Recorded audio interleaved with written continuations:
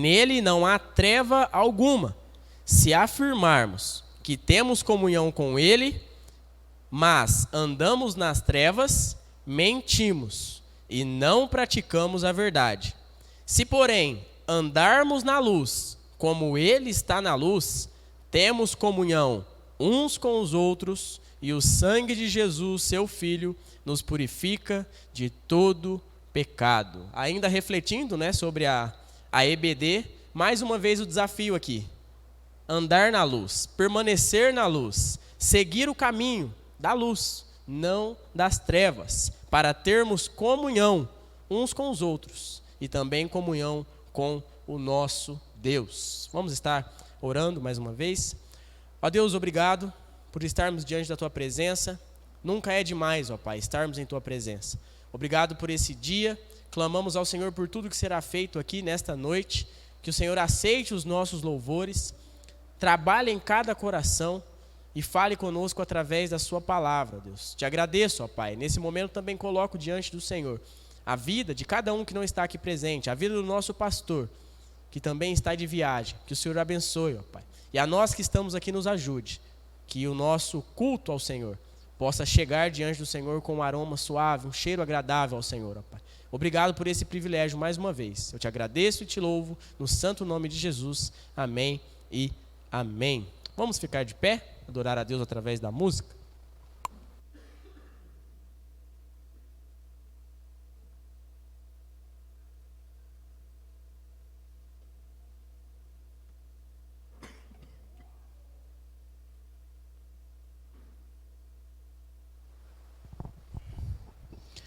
Boa noite, igreja. Graça e paz. Louvamos a Deus por mais uma vez estarmos reunidos como igreja, como corpo de Cristo, para louvarmos e bendizermos o nome do Senhor, para apresentar o nosso culto de adoração ao Senhor.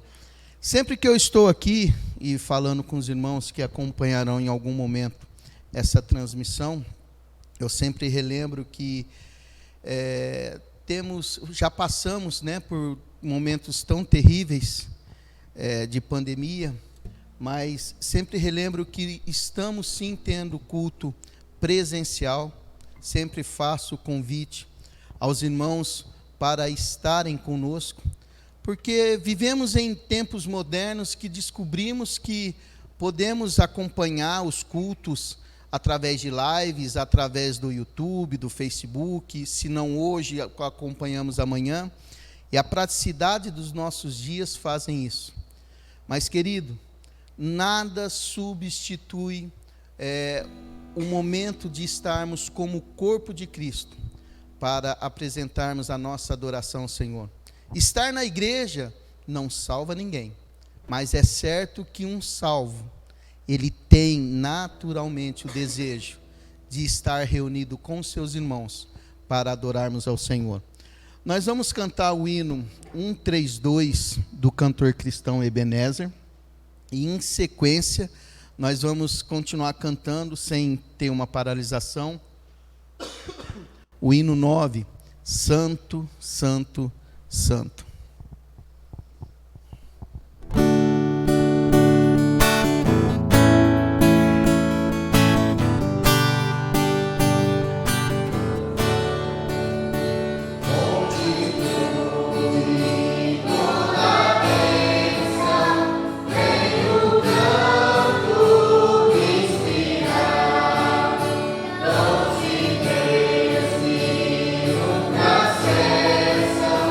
Yeah.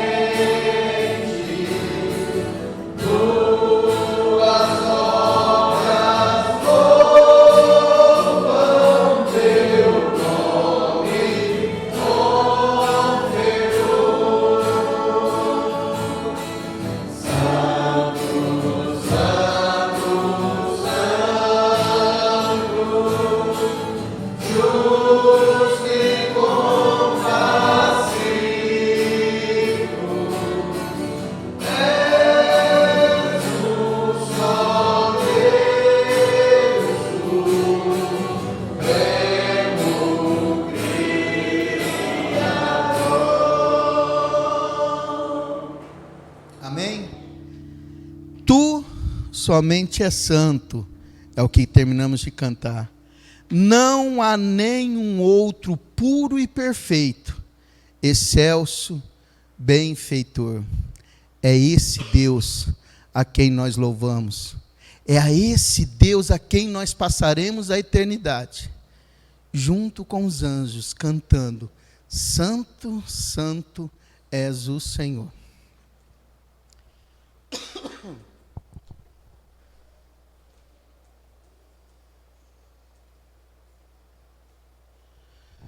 Um só Deus, um só Senhor.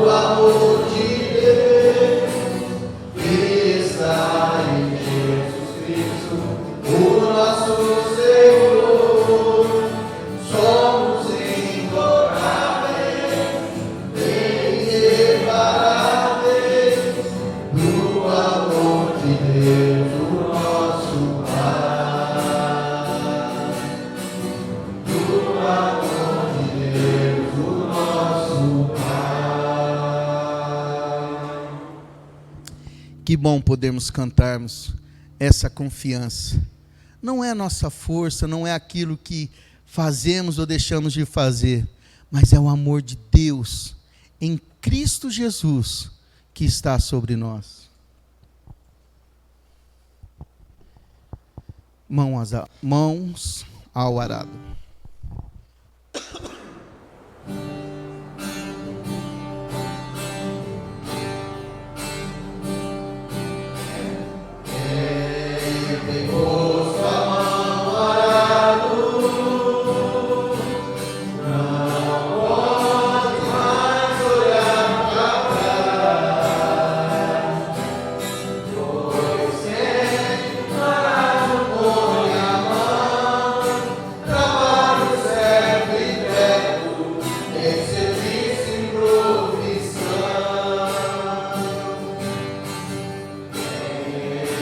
Posto a mão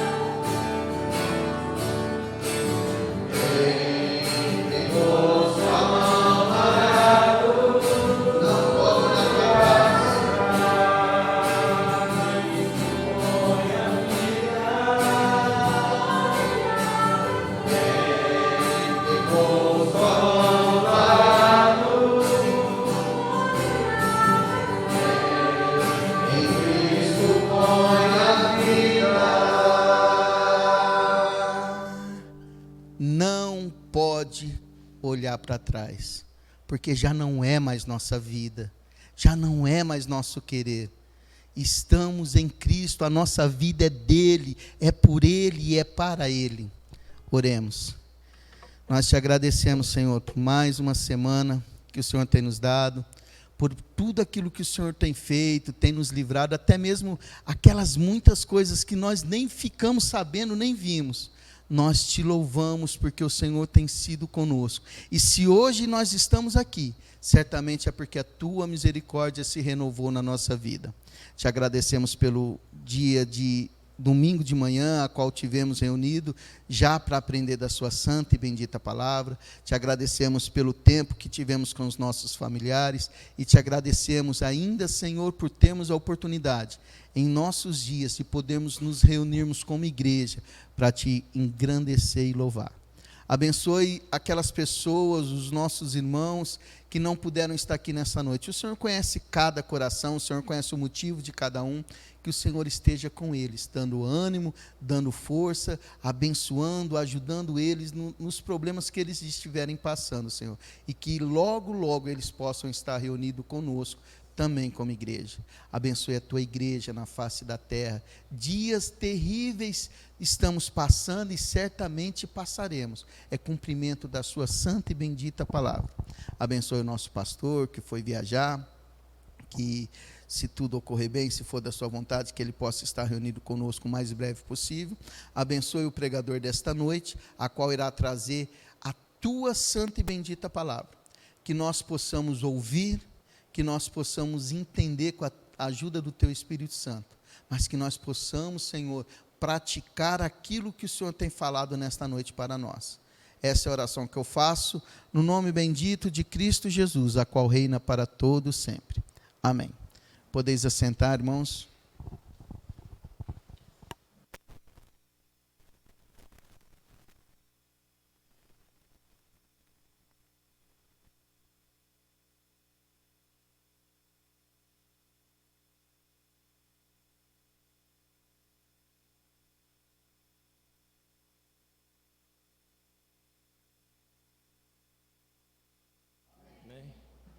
É uma alegria, satisfação de estar aqui, uma responsabilidade de falar da palavra de Deus.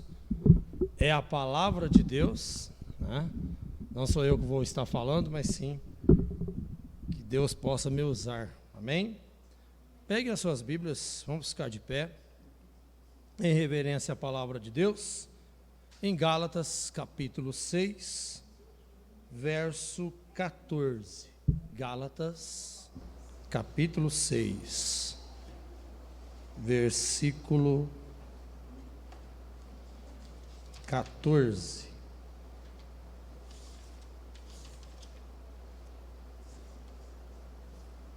Amém? Diz a palavra do Senhor: quanto a mim, que eu jamais me glorie, a não ser na cruz de nosso Senhor Jesus Cristo, por meio do qual o mundo foi crucificado para mim e eu para o mundo. Quanto a mim, que eu jamais me glorie, a não ser na cruz de nosso Senhor Jesus Cristo, por meio do qual o mundo foi crucificado para mim e eu para o mundo. Oremos. Senhor nosso Deus, amado Pai, que diante da tua presença, Deus, sou grato, mais uma oportunidade que o Senhor nos deu, o Senhor me deu de estar dirigindo a tua palavra. Seja, ó Deus, eu instrumento de tuas mãos, venha, ó Deus, falar em cada coração, e que nós cresçamos, ó Deus, na graça, no conhecimento e no amor do nosso Senhor Jesus. Eu oro e agradeço, ó Deus, no nome do seu Filho amado Jesus. Amém. Os irmãos podem sentar. Bom, tem vários temas que eu posso colocar aqui neste texto, e uma delas, achei mais apropriado: a cruz é a nossa mensagem. Nos fins dos nossos dias, porque estamos bem no fim mesmo, você ouve em muitos púlpitos a teologia da prosperidade. Venham, que os teus problemas acabaram. Venham, todos vocês deixam aí a toda tristeza, toda angústia, toda mágoa, toda dor, e venham para ouvir o que é bom aos seus ouvidos. E encham a igreja daquilo que as pessoas querem. Se você está se sentindo mal, venha para a igreja. Venha se sentir bem na casa do Senhor. Nós vemos muito, ouvimos muito isso nas pregações de vários pregadores, que eu não vou citar o nome, mas nós vemos por aí, distorcendo palavras que não estão escritas. Obrigado, irmão Roberto.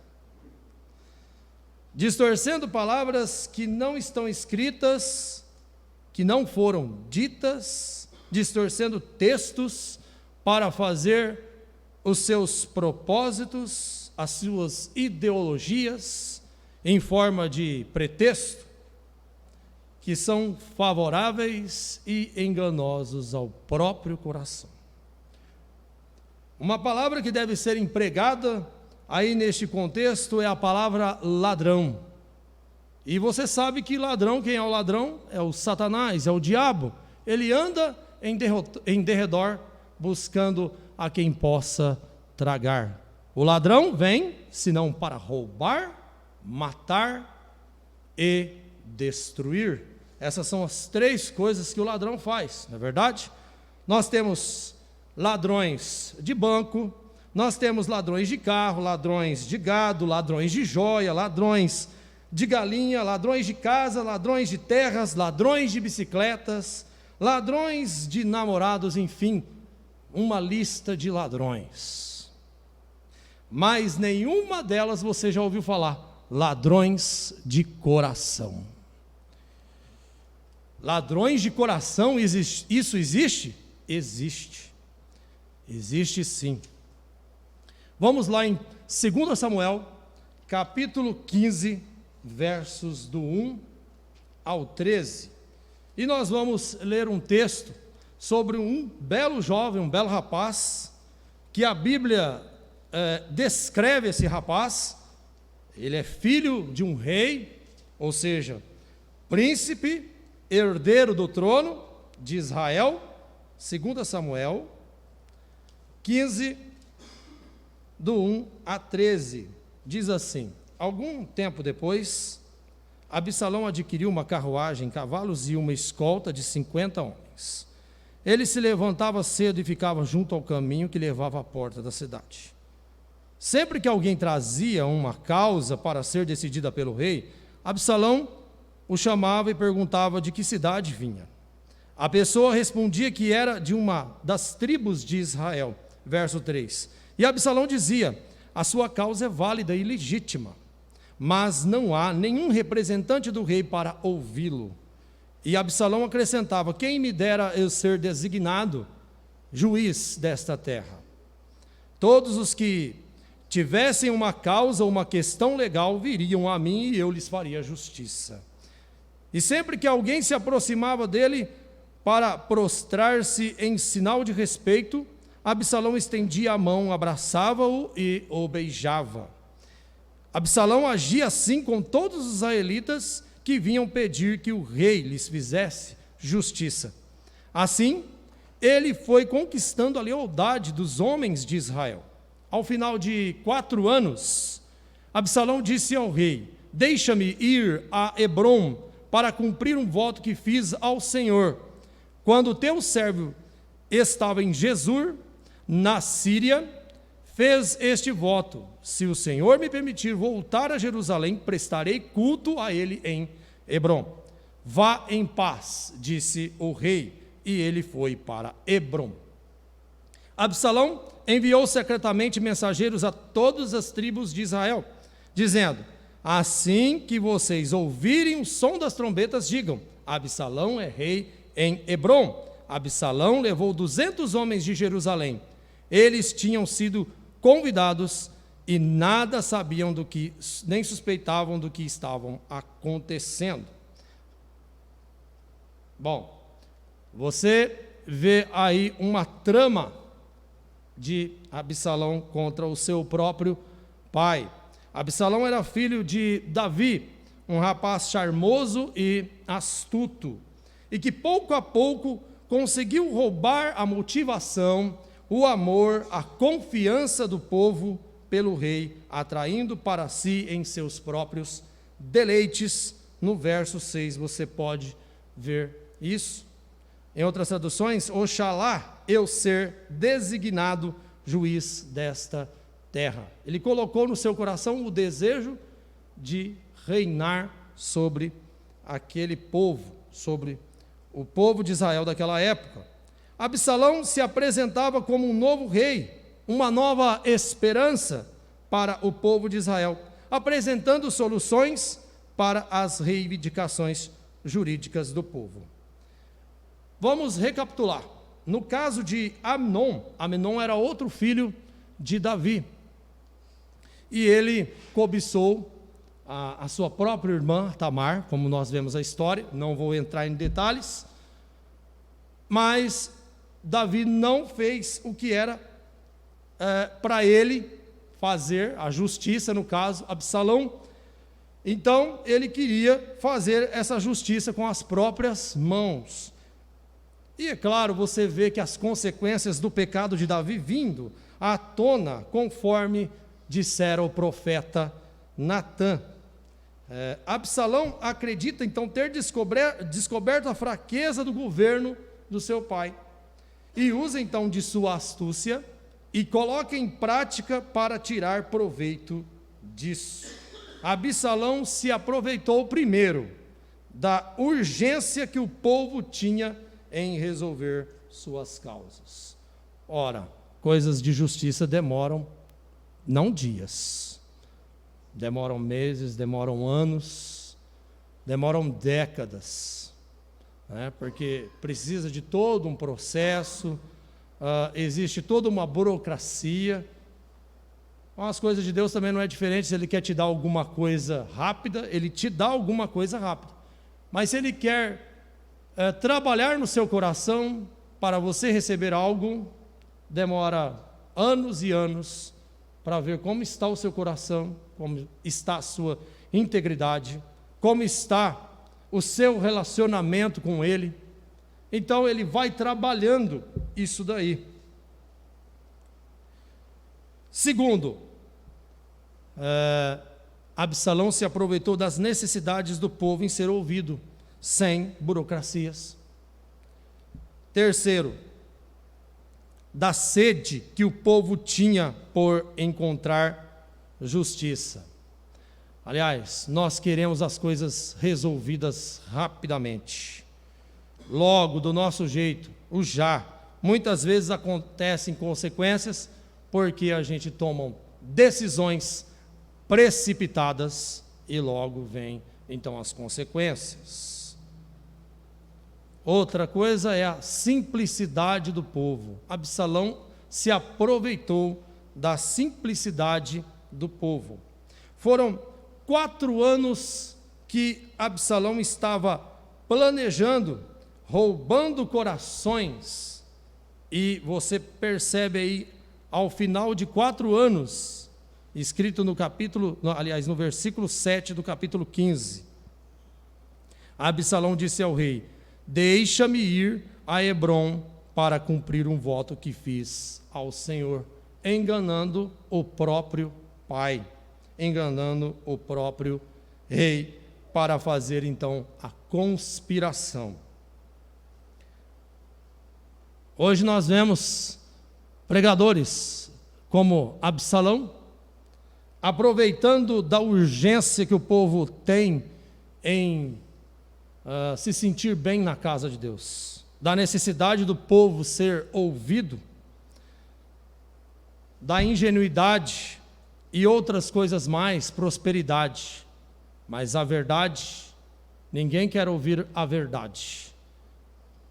Enchem as igrejas com a teologia da prosperidade e não falam o que tem que ser falado, que é a mensagem do Evangelho da cruz de Cristo. Você já nota a partir do verso 7 que Absalão já comandava uma grande parte do povo, e você vê grandes pregadores com multidões de pessoas seguindo, mas com vazio no coração, porque o próprio líder está longe do Senhor. E aí você vê que por esta causa Davi teve que fugir de Jerusalém, como você vai ver ao longo dos capítulos, e isso você pode ler em casa. Você vê no verso 13 o resultado do planejamento da obra de Absalão. Todo o povo de Israel segue decididamente a Absalão. Os israelitas estão com Absalão no verso 13, o mensageiro chegando a Davi e dizendo isto. Davi era rei de Israel, ungido do Senhor. Pecou contra Deus quando não foi para a batalha. O dever de um rei é comandar o exército e defender o seu país a todo custo e conquistar reinos. Esse era o dever da época. Ele ficou em casa e deixou o povo, os seus melhores guerreiros na batalha, e ficou lá em casa, desfrutando do bom e do melhor. Na hora que ele deveria estar na batalha, conquistando, não.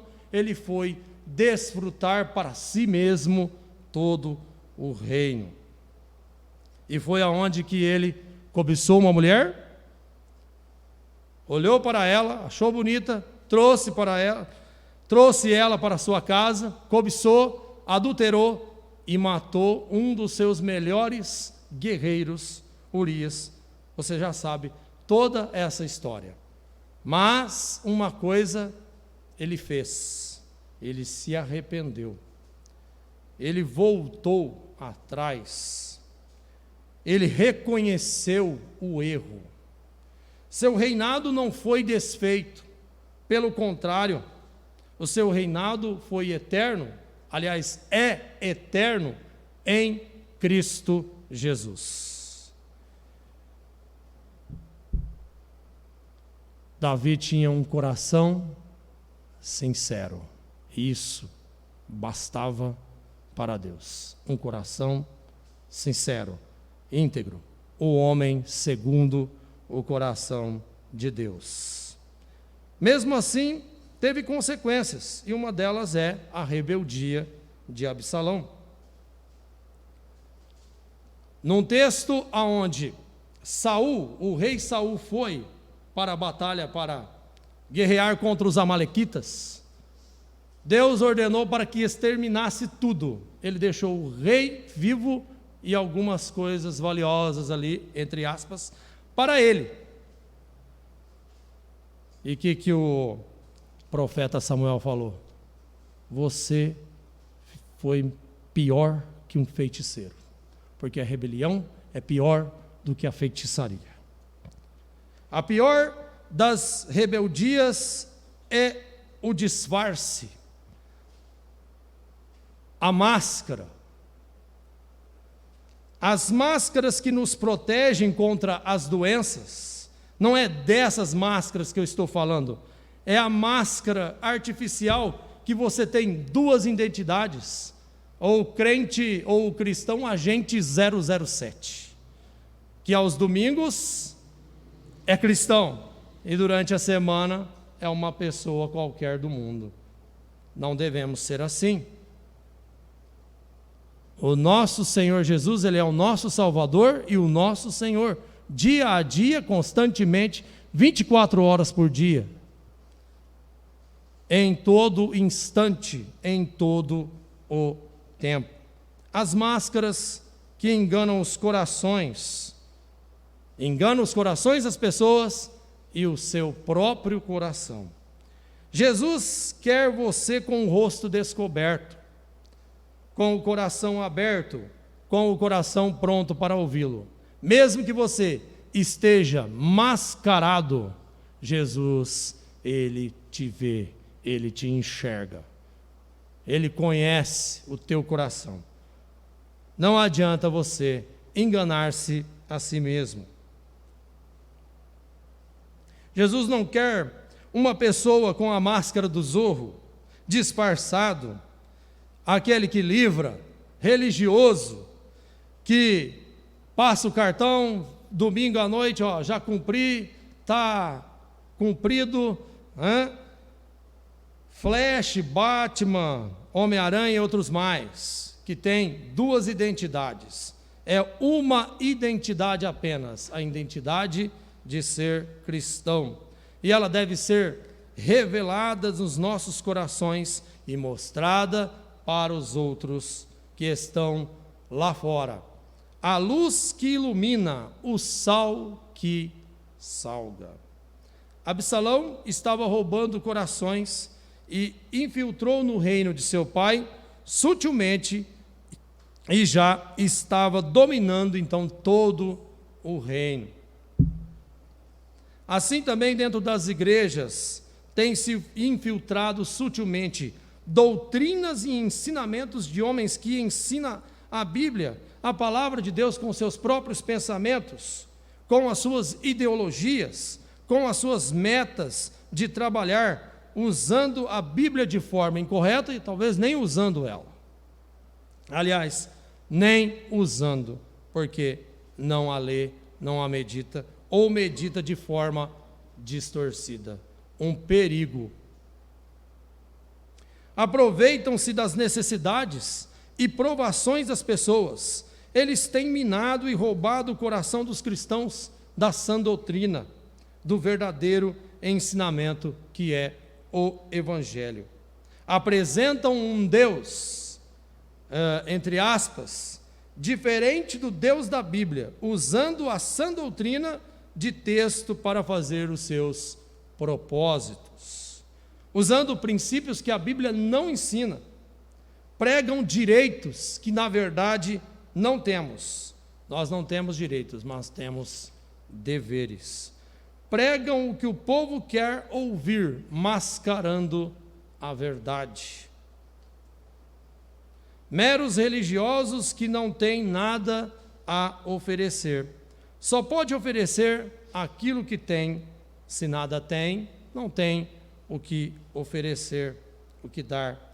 Uma pessoa que não tem amor, não tem como ela oferecer amor. Só pode dar o amor quem conhece o amor, quem conhece a Deus. Nós lemos lá na carta de 1 João, e Deus é amor. Ensinar a palavra de Deus de maneira distorcida, fazendo exigências de uma prosperidade que nunca nos foi prometida. Você já ouviu falar sobre eu determino? Eu determino isso, eu determino aquilo. Nós não determinamos absolutamente nada. Nós estamos sob a graça de Deus, estamos na vontade de Deus. Nosso direito, sabe o que é? É ir para o inferno, mas a graça de Deus superabundou e nos resgatou do lamaçal do pecado e nos trouxe a sua maravilhosa luz. Não temos direito algum. Deus não quer nada em troca. Não faça aquilo esperando receber algo de Deus. Faça com amor, faça com coração sincero, faça para Deus, com o seu coração íntegro. Quando abrimos os nossos olhos à verdade que nos liberta, a gente olha o nosso estado e vemos que nada temos, nada somos. Somos pecadores, inúteis, e estamos na graça do Senhor. Ele nos fez úteis em Cristo. Sem Cristo, nada podemos fazer. Não merecemos a graça, mas Deus nos concedeu o seu amor através do seu Filho Jesus. Eu não faço algo ao Senhor esperando algo em troca, mas um versículo maravilhoso diz em 1 Coríntios 10, 31, quer comais, quer bebais, ou façais qualquer outra coisa, fazei tudo para a glória de Deus. E continuando, esses pregadores, eles incentivam um relacionamento utilitário com um Deus frágil, que cede às nossas determinações. Por esta razão, torna-se necessário descobrir qual é o papel da igreja, a entender a essência do cristão e o que devemos fazer. A mensagem da prosperidade passa por cima da verdadeira mensagem. Nós ficamos aqui quietos? Não, vamos falar da mensagem da cruz e rebater as heresias que tem no mundo. Falar da verdade, do amor de Deus, o verdadeiro evangelho que deve ser anunciado, as boas novas. As boas novas, elas se renovam a cada manhã. Gálatas 6,14, vamos voltar para o nosso texto, de Gálatas 6, verso 14. E o apóstolo Paulo diz assim: quanto a mim, que eu jamais me glorie, a não ser na cruz do nosso Senhor Jesus Cristo. O homem não foi criado para ser feliz em si mesmo. Aliás, nós não conseguimos fazer-nos felizes em si mesmo. Nós fomos criados com o objetivo de glorificar a Deus, né? Todas as coisas foram criadas por Ele e para Ele. Efésios 1,6, nós cantamos um cântico que diz que nós fomos eleitos para o louvor da sua gloriosa graça, a qual nos deu gratuitamente no amado. O amado é o Filho, Jesus Cristo. Fomos eleitos para a glória do Senhor, para louvá-lo, para adorá-lo. Um certo pastor, eu aprendi com ele: você adora ao Senhor, você ama pessoas e você gosta de coisas. Adora ao Senhor, e aí é mais do que amar, é amar e adorar, louvar, engrandecer, tudo junto. Amar as pessoas, quão perigo é ser fã de alguém. Porque a palavra fã está acima de amar, ou está quase perto de adorar. Tome cuidado com isso, porque se torna uma idolatria, e a idolatria é abominável ao Senhor. Nós podemos não só adorar pessoas, como também podemos adorar o dinheiro, podemos adorar o carro, adorar a casa, para qualquer coisa pode passar por cima. Não, o Senhor em primeiro lugar nas nossas vidas. É a Ele que deve ser o devido louvor, a devida adoração. Efésios 1,12. Nele estamos, está escrito aí, nele estamos, a fim de que nós, os que primeiro esperamos em Cristo, sejamos para o louvor da sua glória. Cristo é o centro do plano de Deus. E se Cristo é o centro do plano de Deus, quem está em Cristo também está nos planos de Deus. A salvação através do Filho. Somente no relacionamento com Cristo há um destino futuro relevante.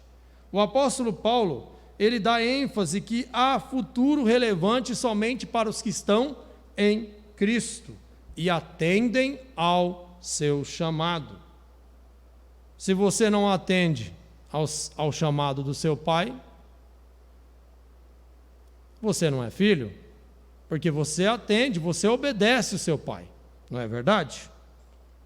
Logo, você é rebelde se você não obedece o seu pai.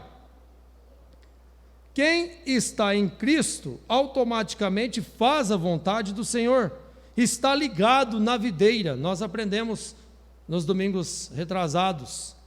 Quem está ligado na videira pode dar frutos. Se não está ligado na videira, não tem como dar frutos. O homem só pode ser feliz quando glorificar aquele que o criou. A felicidade completa é Cristo, Ele nos completa. Quanto a mim, que eu jamais me glorie a não ser na cruz de nosso Senhor Jesus. A cruz é a glória do cristão. O apóstolo Paulo, ele compreendeu muito bem o propósito para o qual Deus o criou. E disse: só me glorio na cruz de Cristo.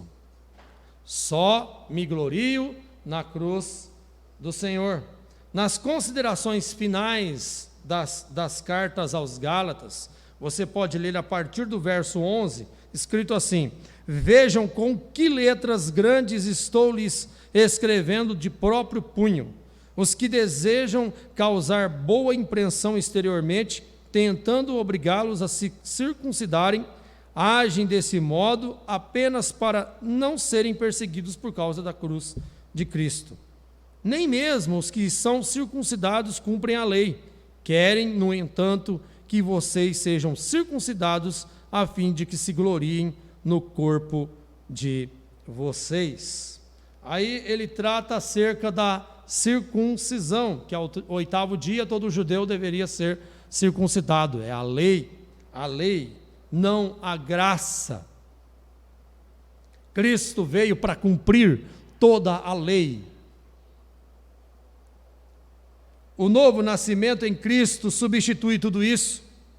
No verso 12, os que desejam causar boa impressão exteriormente, tentando obrigá-los a circuncidar, e simplesmente os judaizantes, os simpatizantes do religioso, da religiosidade judaica, iam lá e circuncidavam. Mas para quê? Para pensar em si mesmo. Não há renúncia quando pensam em si mesmo. Quem somente pensa em si mesmo, não renuncia e não toma a sua cruz e segue ao Senhor. O evangelho sem cruz, ele não é evangelho. O evangelho sem renúncia também não é evangelho. Nós saímos das nossas casas aqui para vir adorar ao nosso Deus. É prazeroso isso. Agora, quando você sente que a obrigação, alguma coisa está errada, porque nós devemos sentir o desejo no nosso coração de participar na unidade da fé, na comunhão. Nós aprendemos hoje cedo com o irmão Fernando, não é verdade? Na unidade da fé, um só propósito e um só Espírito. Quando você não deseja, olha a hora, 7h35, nossa, mas está demorando a acabar, né? Nós temos que sentir o prazer de ouvir a palavra de Deus, quantos minutos ou horas forem necessários. Devemos nos deleitar da palavra de Deus. É prazeroso meditar na palavra do Senhor, porque sem ela nós não vivemos bem. Nós vivemos bem através da palavra de Deus, que é o manual de todo o cristão. Quando você compra um eletrodoméstico, um eletroeletrônico, tem lá o manual, né? Aí você tem que ler um manual para ver se funciona isso. A mesma coisa é a palavra de Deus. Deus criou o homem entrou em queda, pecou, precisa do remédio, precisa da bula, precisa da palavra de Deus para se alimentar e não pecar contra o Senhor. Nós devemos estar ligados na videira. Quem está ligado na videira, evita pecar. Porque ou esta palavra te afasta do pecado, ou o pecado te afasta desta palavra, desta preciosa palavra, que é a palavra de Deus. Marcos 8,34: se alguém quiser seguir-me ou acompanhar-me, negue-se a si mesmo, tome a sua cruz e segue-me, e siga-me. Levar a cruz é renunciar às vontades da carne, todo o tempo, e fazer a vontade de Deus. A cruz não é mais pesada. Ela não é mais pesada que o fardo dos nossos pecados no mundo. O mundo lança sobre nós e nos acusa a todo instante. Você pecou isso, você pecou aquilo, você é transgressor. É isso que o diabo faz. Ele é o nosso acusador. Mas Cristo está advogando à destra de Deus Pai Todo-Poderoso. E está, com a graça dele, nos absolvendo de toda a culpa, porque ele nos absolveu de toda a culpa através do seu sangue precioso na cruz, vertido ali. Porque se não tivesse isso, o que seríamos nós? Que seria de mim sem o amor de Deus? Que seria de nós se não houvesse Jesus? A partir do momento que você entrega a sua vida a Jesus, você toma a sua cruz e passa a segui-lo. Cristo está em você, Ele habita em você, você é precioso para Ele. Passa a ser de inútil para útil, para a obra do Senhor. Passa a ser uma vida preciosa. Uma alma convertida, uma alma que consegue enxergar, tirar a cegueira, os anjos se alegram no céu quando uma alma se arrepende. Gálatas 2:20 diz assim: fui crucificado com Cristo, assim já não sou eu quem vive, mas Cristo vive em mim. A vida que agora vivo no corpo, vivo-a pela fé no Filho de Deus que me amou e se entregou por mim. Uma entrega total de corpo, alma e espírito, em unidade da fé, em um só corpo, em uma só igreja, em que Cristo é o cabeça. A cruz é um lugar de morte, não é verdade? A morte do eu. Nós não vivemos mais no egocentrismo, fazendo as nossas próprias vontades. Nós vivemos pela fé em Cristo e em Cristo sendo o centro. Nós somos falhos. Muitas vezes tomamos decisões erradas.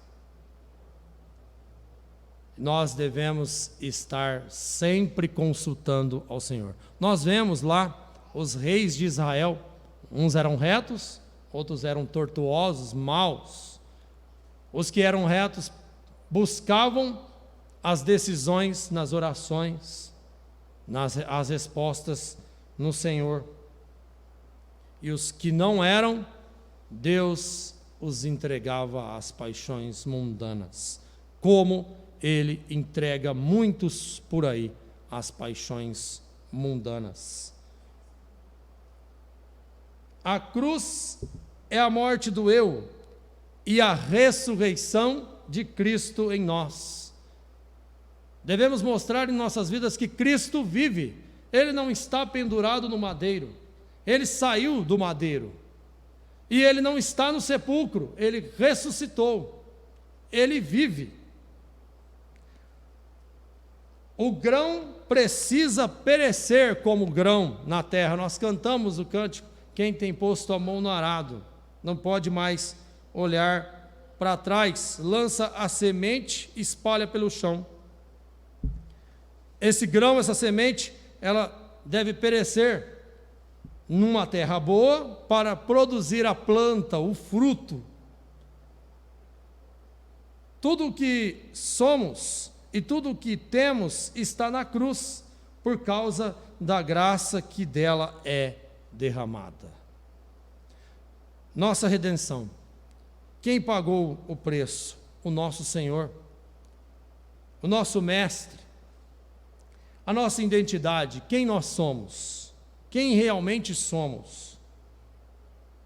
Romanos 12:2, vamos abrir as nossas Bíblias lá.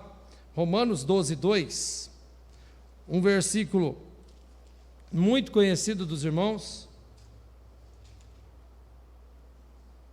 Não se amoldem ao padrão deste mundo, mas transformem-se pela renovação de sua mente, para que sejam capazes de experimentar e comprovar a boa, agradável e perfeita vontade de Deus. Nós andamos pela contramão do mundo, e nós temos o dever de levar a palavra de Deus, deixar o Espírito Santo trabalhar, porque nós não podemos salvar ninguém, a não ser Cristo, mas devemos falar, ser usado pelo Espírito Santo. A nossa vocação, Ele nos chamou para uma missão, não para ficar de braços cruzados esperando o dia do Senhor chegar, porque já está bem próximo, e você já pode notar isso, bem próximo. E a nossa esperança, a quem esperamos, a tão aguardada vinda de Deus, do nosso Senhor Jesus, nas nuvens. Pode ser agora, pode ser amanhã, pode ser daqui a 10 anos, pode ser daqui a 100 anos. Mas mesmo que for daqui a 100 anos, nós devemos estar preparados para encontrar com o Senhor. Estamos caminhando para a morte física, mas nós temos uma certeza.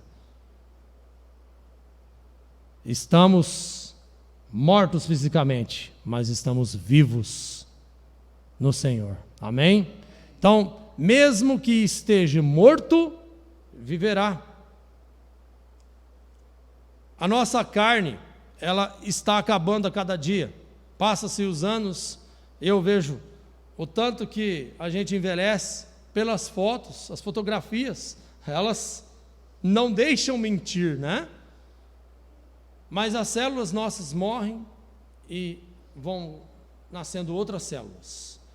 Mas quem está em Cristo, as suas forças renovarão a cada dia. Nós temos a certeza, essa é a esperança de vida eterna. Tem gente que vive aqui, faz da terra o céu. Miserável somos se esperarmos algo desta terra, da política, porque o mundo jaz no maligno. Muitos pregam, anunciam a mensagem da prosperidade, que não tem nada a ver com a mensagem da cruz, mas pregam a prosperidade, roubando os nossos corações, roubando os corações das pessoas.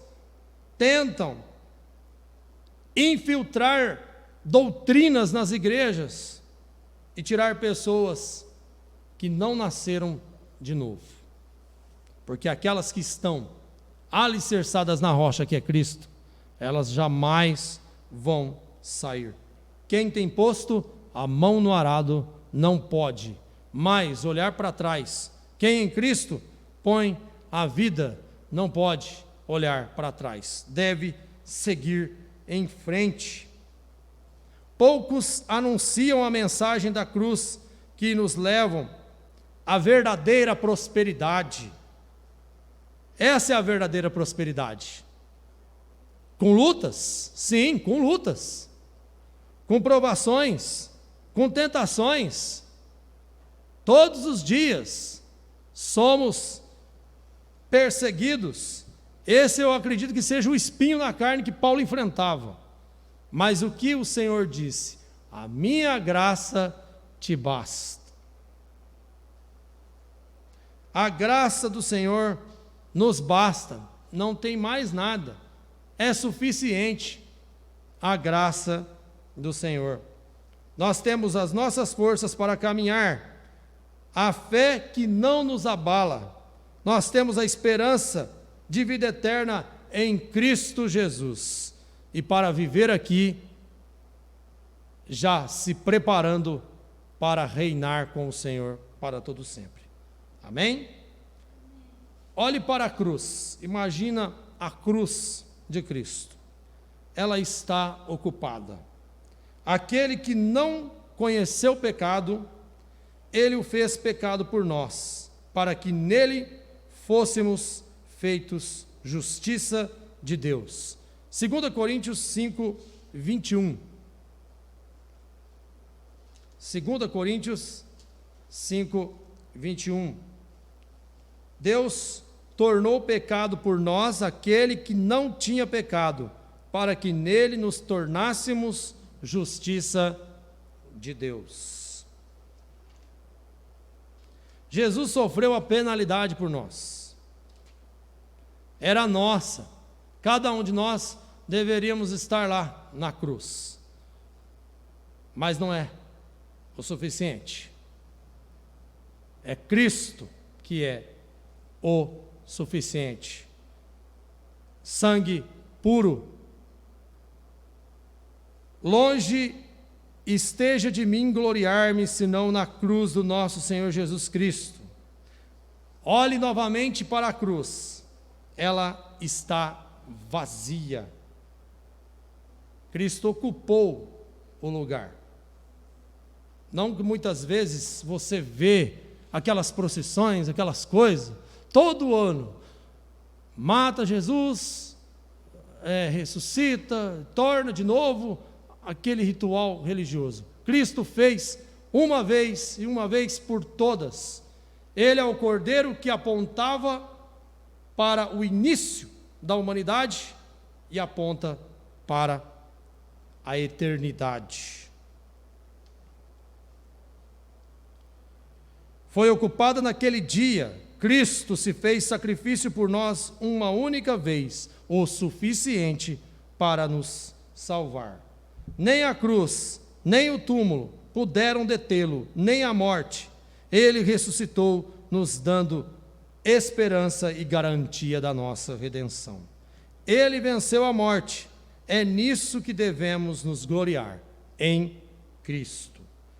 O único direito que nós tínhamos antes da cruz era a condenação eterna. O martelo já foi batido, o veredito decretado, juízo de Deus para as nossas vidas.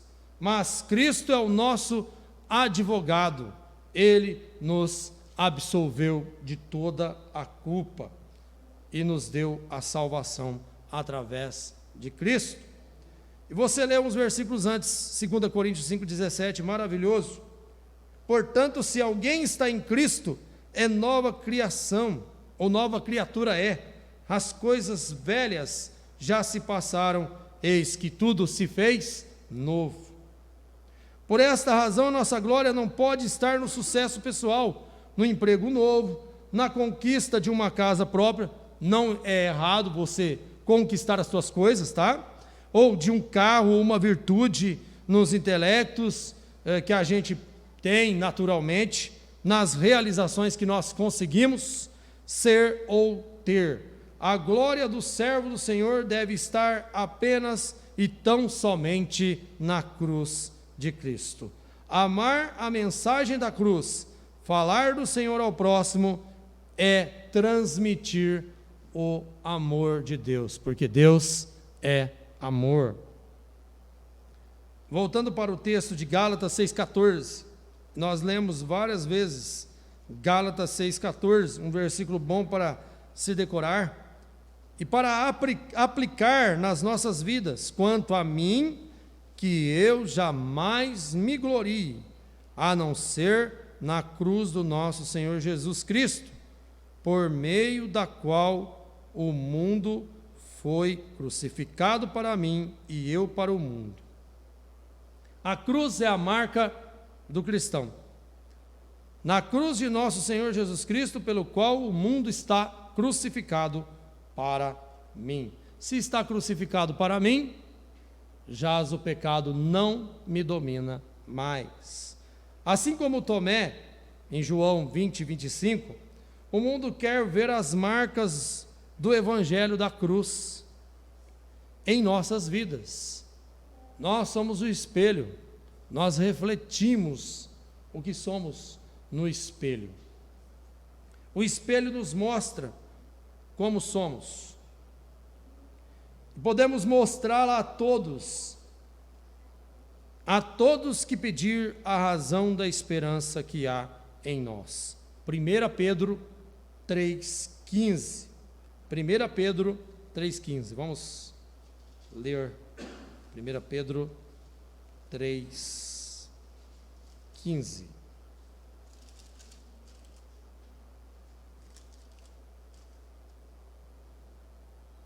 Antes, santifiquem Cristo como Senhor em seu coração.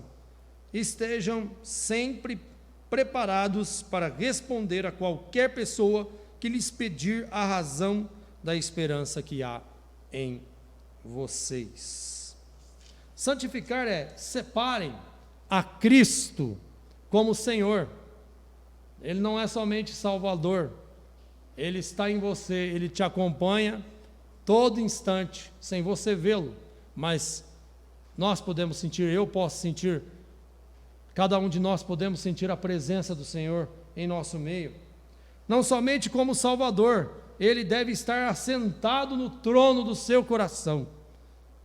Esse é o devido lugar. A cruz deixa marcas profundas e visíveis na vida daqueles que dela se aproximam. Só alguém que já foi marcado pela cruz poderá dar razão da sua esperança, da fé, e conduzir outros pelo caminho da cruz. Se você ama as pessoas, apacenta as ovelhas do Senhor. A mensagem que Cristo transmitiu na conversa com o apóstolo Pedro: apacenta as minhas ovelhas. Por outro lado, existem pessoas que são enganadas por um falso evangelho cheio de máscaras. Prometem prosperidade financeira, vantagens, lucros, descanso, saúde como marcas do evangelho. Jeremias 17, 9, vamos para o texto. Identificamos bem essas pessoas, não por nós mesmos, porque Cristo nos revela as falhas, Ele nos mostra o caminho da verdade. Eu não consigo por mim mesmo olhar, mas através de Cristo, do Espírito Santo, que me revelou. A palavra de Deus nos revela a todo instante. 17, 9. O coração é mais enganoso que qualquer outra coisa, e sua doença é incurável. Quem é capaz de compreendê-lo? Quem é capaz de compreendê-lo? Enganoso é o coração do homem. Para eles, a cruz parece ser um mero detalhe, dando outros tipos de valores, não o que é o mais importante, aliás, o importante. Aliás, é o carro-chefe, o único que deve ser a mensagem da cruz. Para religiosos, a cruz é algo reservado apenas para Jesus, como Pôncio Pilatos. Eu lavo as minhas mãos, mas não tenho nada com isso. Para Paulo e para nós, deve ser de renúncia e a morte do nosso eu. A cruz é a renúncia. O mundo está crucificado em mim. Paulo não esperava recompensas neste mundo. Ele abdicou de todo o conforto que ele tinha, de todo o prazer. Ele era cidadão romano, o 8º dia circuncidado, você vê no texto, ele tinha todas as regalias de um cidadão romano, mas ele considerou todas como esterco por amor de Cristo. O mundo não tinha nada que o impedisse de alcançar a meta. O mundo não tinha nada que desviasse os seus olhos em Cristo. Aliás, o que tem nesse mundo? Me fala. Você vê neste mundo as catástrofes. Você olha a TV, os noticiários. Você liga a televisão nos fins da tarde, você vê jornalismo de sensacionalista. Ah, fulano morreu lá assaltado. Ah, outro deixou criança abandonada. E assim nós vemos várias atrocidades que nós vemos, mas é por causa do pecado do homem. E o pecado de muitos, no final, fariam com que o amor se esfriasse. Trabalhe no seu coração. Eu devo trabalhar no meu, cada um de nós. O desejo de estar falando da palavra de Deus para as pessoas que estão lá fora, para o seu próximo. A missão não é só dos missionários, não é só do pastor que fala aqui na frente, a missão é nossa, é de cada um de nós, a mensagem da cruz.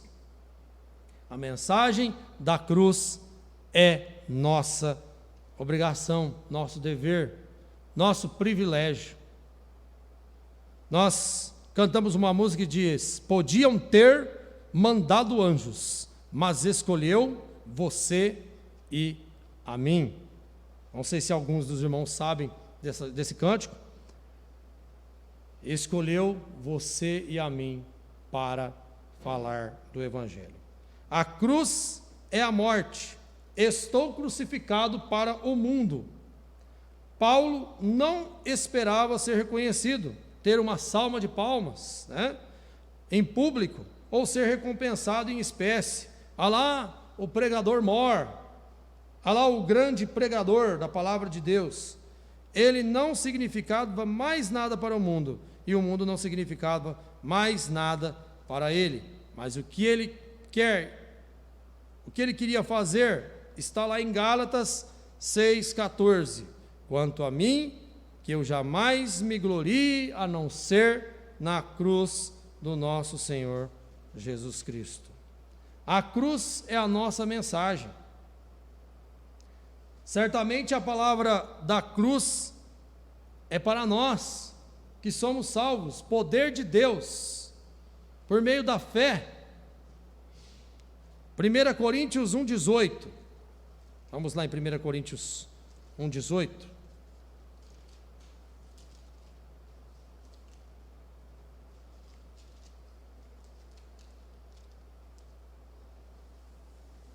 Pois a mensagem da cruz é loucura para os que estão perecendo, mas para nós que estamos sendo salvos é poder de Deus. Para as pessoas que estão lá fora, cegas espiritualmente, chamam a gente de louco.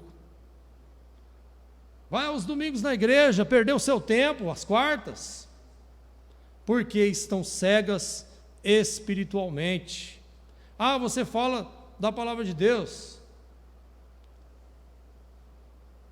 porque estão cegas espiritualmente, mas nós devemos tocar.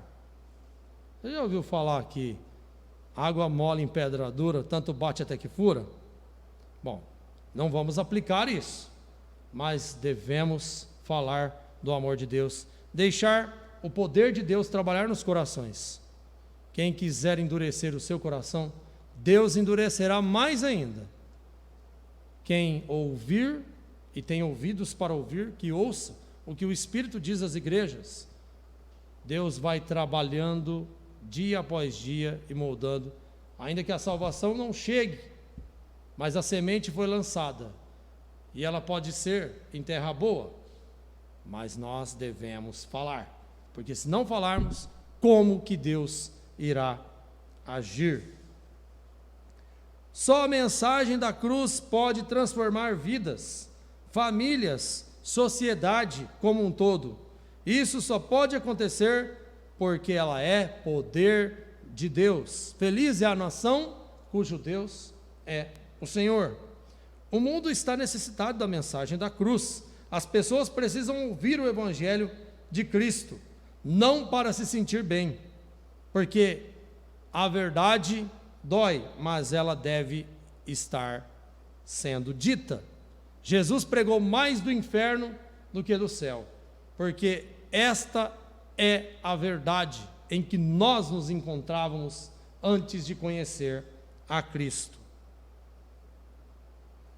E mesmo a igreja professa, ela precisa urgentemente voltar ao primeiro amor, pois muitos já estão ou já abandonaram. Olha só o que esta pandemia fez. Você pode ver igrejas mais vazias, o amor de muitos esfriariam.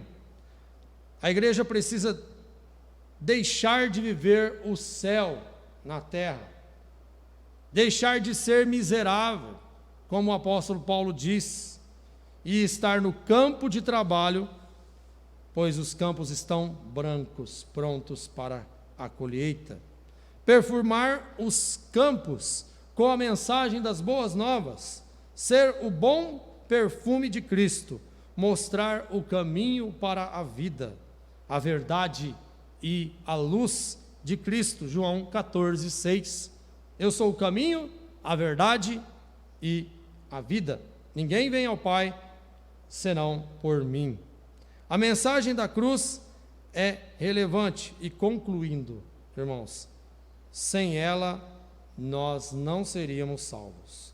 A mensagem da cruz é atual como um jornal do amanhã, pois nada é ultrapassado, como os livros que estudamos, livros de história, livros de contos, livros que já são bem ultrapassados.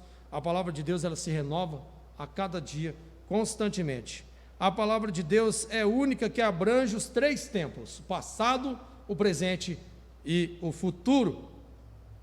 A mensagem da cruz é realismo.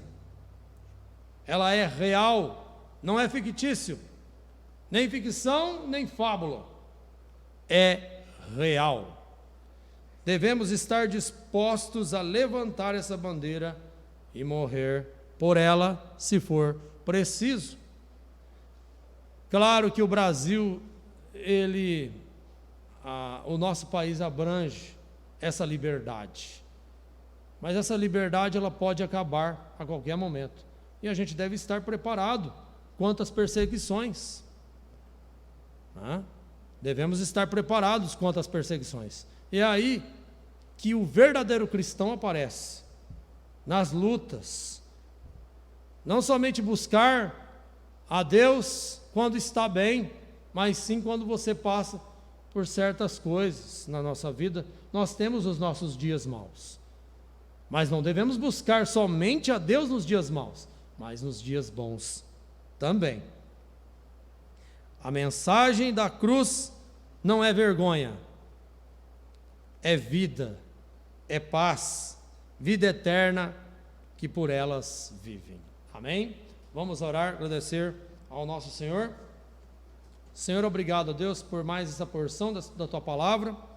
Senhor, que o Senhor nos dê ousadia, Deus, da Sua palavra, para falar do amor, do Evangelho, da graça, do conhecimento para as pessoas.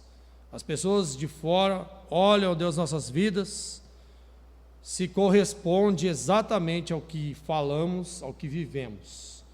Porque a nossa vida não é só de fala, mas sim de prática. Não é só mera religião, aliás, não é religião. Nós vivemos a cada dia na prática. O Senhor nos ajude, ó Deus, a estar vivendo, ó Deus, na prática, no amor do Senhor. Eu oro, ó Deus, no nome do seu Filho amado Jesus Cristo, esteja nos abençoando nas nossas voltas a casa, nos guardando de todo mal, em nome de Jesus, aquele que vive, que reina para todo sempre. Amém. A comunhão faz parte do culto. Deus abençoe os irmãos. Amém.